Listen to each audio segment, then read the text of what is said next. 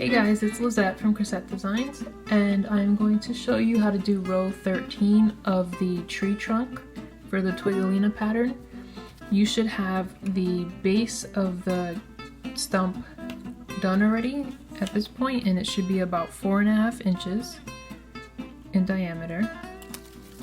And make sure you have it facing the right side, which is this side. So that, you just finished row 12 here, and the side you've been facing that whole time is the right side. So we will be doing half double crochets in the back loop only for all of row 13. But first we need to change from this color to the tree bark color, which is this Lion Brand Barley yarn. So what you're gonna do, we're gonna do our first half double crochet of row 13. So you're gonna yarn over like you normally do, then go into the back loop only, pull up that yarn, and at this point we will not complete the half double crochet with that color. We're gonna complete it with the new color. So you're gonna make a loop like this and just grab it, leaving a nice kind of maybe 3 to 4 inch tail, and let go of that other color completely and pull the new color through. Now at this point you're gonna cut your first color. I already cut mine. Just leave a decent tail, and we're gonna continue doing our half double crochets, and we're gonna crochet over these two tails so that they disappear. We don't have to sew them in later. So now as we continue, half double crochet, so yarn over, go into the next back loop of the next stitch, and we have our two tail ends on top of your hook. You're gonna pull your loop up and see how it's in there, and again yarn over, back loop only of the next stitch, crocheting over those tail ends and completing the half double crochet.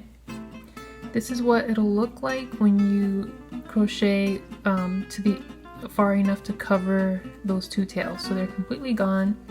They're crocheted inside of these, and you don't have to sew them in. And then just keep going with your half double crochets into the back loop only, and go all the way around to the end, and actually put that stitch marker in right from the beginning when we did our first one.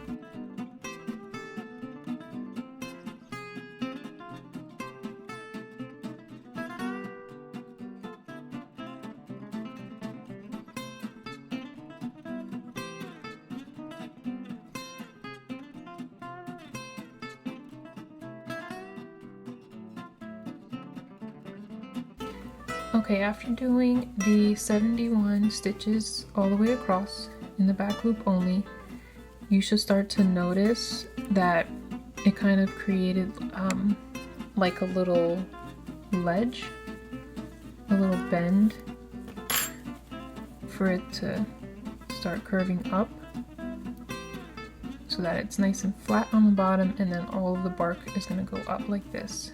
So here's the side we were looking at. And then this is our first row of the tree bark. Okay, after the 71 stitches, we have our stitch marker here so we can see where we began, which is that first light colored stitch there. And from here on out, we will not need a stitch marker. That was just to be able to tell when we came back around. It says to slip stitch in the next stitch, so we're going to slip stitch into that. Okay, and then we're gonna chain 2,